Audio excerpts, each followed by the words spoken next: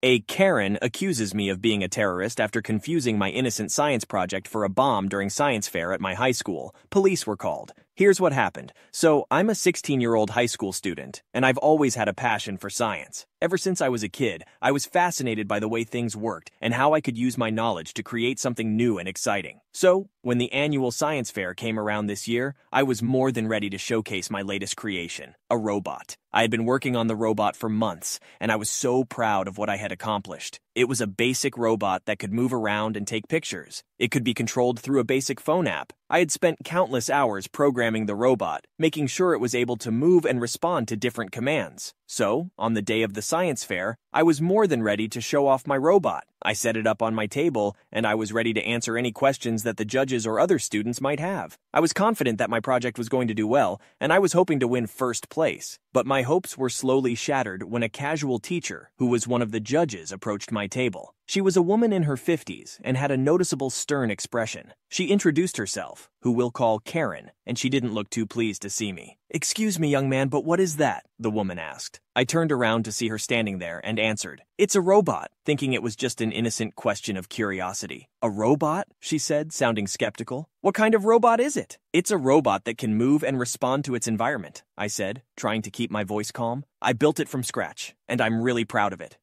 She said, still sounding suspicious. "Are you sure it's safe?" "Of course it's safe. Why wouldn't it be?" I replied, starting to feel annoyed. "It's not going to hurt anyone." The woman looked at me for a moment, then nodded. "Okay, I'll take your word for it. But if there are any problems, I'll be right over here." I wanted to say something, but I didn't want to cause a scene, so I just smiled and nodded and went back to setting up my booth. As the science fair got underway, I started to feel a bit more at ease after that strange encounter. People were stopping by my booth, asking questions and admiring my robot. I was really proud of my work, and I was having a great time. But then, the woman from before came back. "Excuse me, young man," she said, "but we have some concerns about your project. Could you talk with me, please?" I felt my heart sink. "What do you mean?" I asked, trying to keep my voice steady. "I just need to ask you a few questions, that's all," the woman said. "It won't take long." "So, where did you get the materials for this project?" she asked. "I got them from a hobby store." "Why?" I replied. "And how did you learn how to build a robot?" the woman asked. "I taught myself from the internet," I said. "I've been interested in science and technology for a long time." But as I spoke, Karen's expression grew increasingly skeptical. She asked me a few more questions, but she seemed more interested in where I was from and what my religion was. I was taken aback by her sudden shift in focus,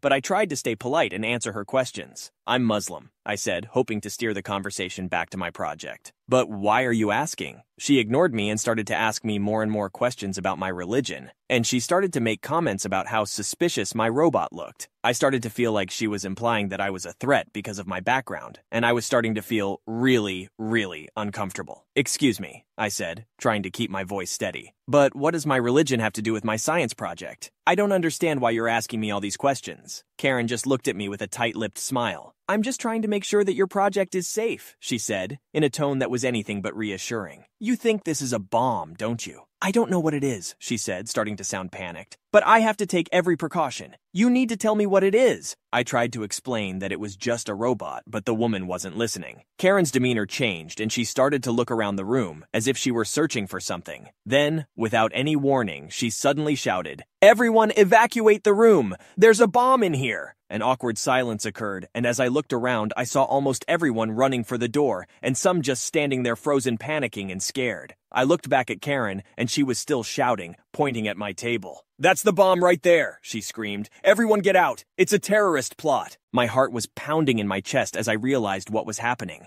I quickly turned and ran straight to the principal's office. I was so scared and didn't know what else to do. I burst into her office and tried to explain what had just happened, but she was completely clueless and was wondering why all the kids were screaming. She asked me what was going on, and I explained it was my science project. One of the judges mistook it for a bomb and caused a panic, but it's not a bomb. It's just a robot I built for the science fair. The principal listened to my explanation and immediately sided with me. The principal knew me well from before and knew I was saying the truth, and she was horrified by Karen's accusations. She quickly took charge of the situation, calling for calm and order. Within about 10 minutes, police arrived on the scene, and the principal explained the situation to them. The police were skeptical at first, but they decided to investigate the supposed bomb threat just to make sure it wasn't a valid one. I remember the moment when the police officers entered the room where my project was on display. I was so nervous, but I tried to remain calm and explain to them what had happened. I showed them my robot, and I explained that it was just a simple robot for science. The police officers were very thorough in their investigation, but they soon realized that Karen's accusations were baseless. They found no evidence of any threat, and they quickly cleared the scene. I was so relieved when they told me that I was free to go and that my project was safe. It turned out a couple of students had called the police after hearing Karen's accusations. After the police cleared the scene, the principal called me and Karen into her office to discuss what had just happened. The principal told Karen how serious her actions were and how they affected me and the school community. But Karen didn't seem sorry at all. She said that she was just following protocol and that she had to take all threats seriously. The principal wasn't having it, though. She saw Karen's actions as a clear case of racial profiling and decided to let her go as a teacher at the school. News of Karen's firing spread quickly through the school, and a lot of students and staff showed their support for me. In the end, the science fair was rescheduled for the next week, and I was able to place first.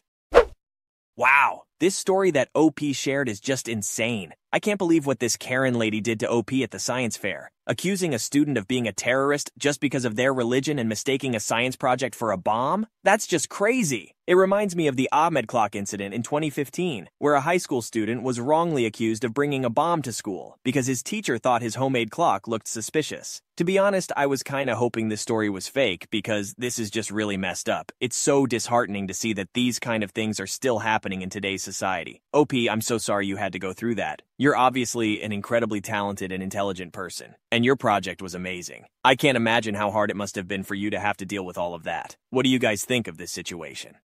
A Karen mother sues my youth sports league because we require a doctor's letter to clear injured players for return. But what she reveals about her son's injury treatment leaves me shocked and speechless. Here's what happened. So I'm a youth sports coach, and whatever stories you've heard about insane parents, it can be even worse than that. I'm in a league where parents are already planning out their kids' target colleges before they can walk. But most of the kids are completely average, because that's what average means, and because other schools have the luxury of players who want to participate. I have kids who were pressured into the game by mom and dad, so don't bring the same heart to the field. It makes it quite difficult to read them. For example, I only just got free of a dispute that's been ongoing for over 3 months. A sweet but clumsy sophomore who has fun with his teammates but is overall completely indifferent to the sport was out indefinitely with a serious rotator cuff injury. He'd had surgery. He was still sitting in on practices at his parents' insistence, but by no means was he taking a step in the direction of the field. He never complained or protested, like my diehard kids who want to be here do, often to their own detriment. He was just as happy to sit playing video games. Great. The best player you can hope for is one who doesn't rush recovery. I was proud of and relieved by how he was handling things. So one day, not even 3 weeks after his surgery, his mom shows up and says, "All right, my son's cleared to play. He can start back today. Maybe someone should take some time to work with him one-on-one to get him caught up."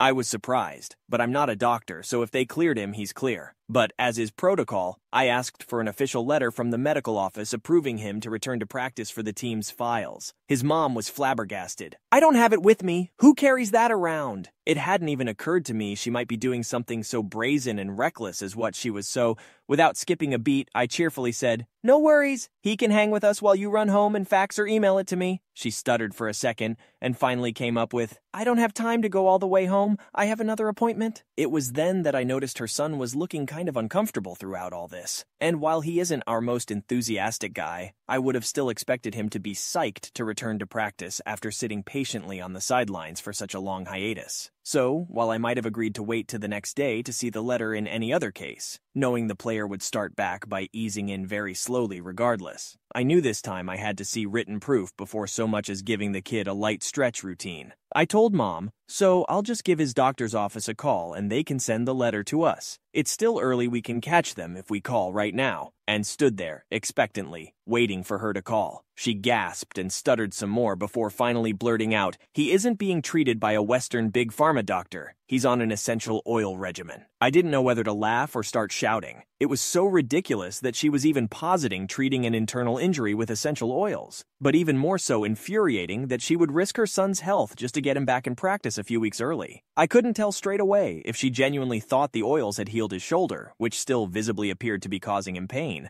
or if she was just saying that to try and get out of producing the letter she didn't have, because he was seeing a doctor who had not cleared him yet. I was stuck at that point, and called another coach over to confer privately. After giving her a rundown of the situation, she suggested a foolproof plan. I returned to the boy's mother and said, "So I just talked with some other members of the staff, and I have great news. The team physician can do a routine post-op exam right now and write a letter." Thankfully, she didn't call my bluff, because while we do have a team physician, you have to make appointments with him a week or more in advance. So his mother says she isn't comfortable with him seeing a strange doctor. I reiterate, this is our team physician, who has assisted her son whenever he's been injured on the field. Not a stranger to him. She pivoted back to not trusting Western medicine and wanting to maintain the essential oils plan. She started going off about how all these scans are going to give him radiation poisoning, etc. So I told her I couldn't help her and sent her on her way. Her son was mouthing, "Sorry, coach," to me as she gave her speech, and I knew then that I had done the right thing. You could see in his eyes he did not have anything to do with this scheme to rush back on the field. She stormed off absolutely irate, cursing me and even some players from her own son's team who passed her on the way out, and continued making a scene in the front until someone from marching band practice asked her to leave because they literally could not hear all of the instruments with the way she was carrying on.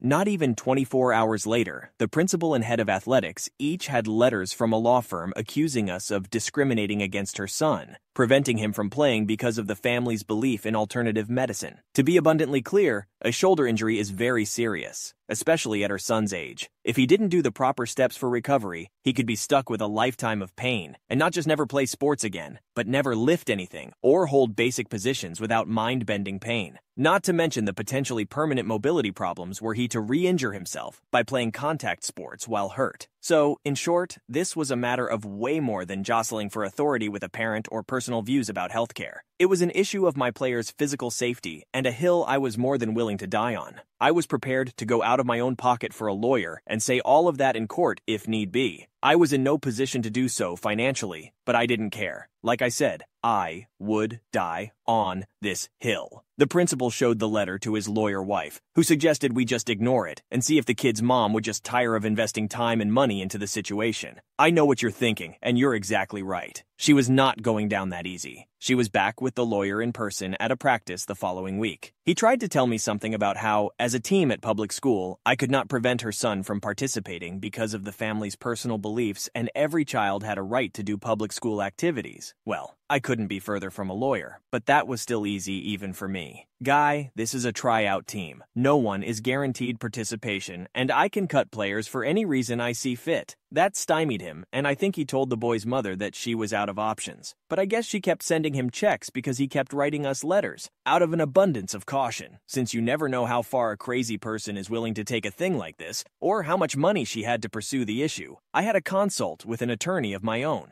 I gave her all of the documents to review, and once she was finished laughing uncontrollably, she told me not to think twice about this, and to only come back if I was served with actual papers to appear in court. 6 weeks later, I was back in her office. The boy's mother was bringing the school into a civil suit, and I had been called to testify. I met with the lawyer, and I'm lucky she was so honest. She told me the district would probably have counsel for me and to wait before cutting her any checks. She was right. So I was in a big harried meeting preparing for this case. All of the team boosters were there, top administrators I'd only ever heard the name of but never seen in person, and even more people still, who I've already forgotten because these meetings were such a stressful blur. It was getting very serious very quickly. More than once, I was pulled aside by someone with more important places to be and asked if I couldn't just clear the kid to play. By the time things began to wrap up, I was making good and frequent use of that Randy Jackson meme. Yeah, that's gonna be a no from me, dog. We were about a week and a half out from the first official court date and in serious discussions with the school's council about actually just buying these people off of the team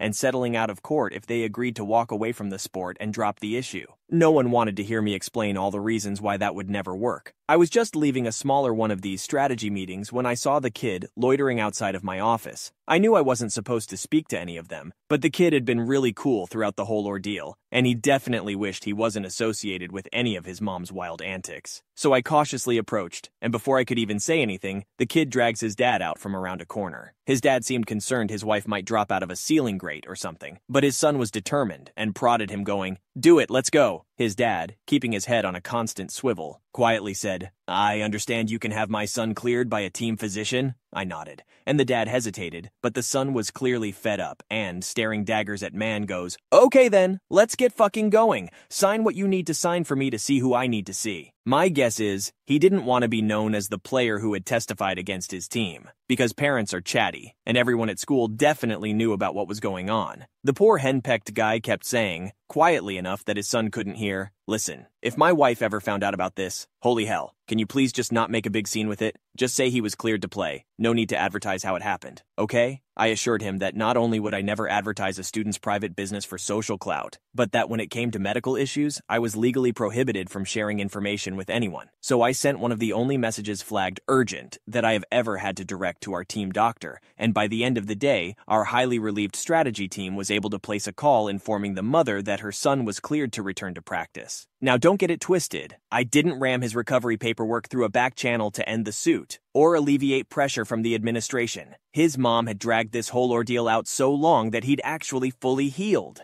Our doctor was able to pass him with flying colors. She still isn't the worst parent I've had to deal with hostility-wise, but certainly the most serious matter. Other people get into it with us over playing time or game schedules or even their kid's uniform number. This is the only one I can remember being this negligent with her son's physical well-being, so it will always rank highest as my worst parent experience. It was just finally confirmed that I am 100% free of all the legal brouhaha, so I can gleefully share the story. With strangers, at least. Don't want to put the kid on blast in our tiny community, but do want to vent to a whole bunch of people. So, everyone play safe out there. Wow, this Karen takes the cake for being the ultimate crazy sports mom. I mean, suing the school for requiring a letter from a doctor to clear her son for return to play? That's a new level of insanity. And then to top it off, treating a serious injury with essential oils? Like, come on man, that's just crazy talk. I can't imagine what was going through her mind. But what's even crazier is that she was actually trying to convince the coach to let her son play without the proper clearance from a doctor. Thank goodness the coach was smart enough to know better and called in a team physician for a post-op exam. This just goes to show that some parents will do anything to get their kids ahead, even if it means putting their health at risk. What do you guys think of this absurd situation? Let me know in the comments. Anyways, you should watch the video on screen right now where a PE teacher forces a kid run a mile, but he has severe asthma. That's just messed up.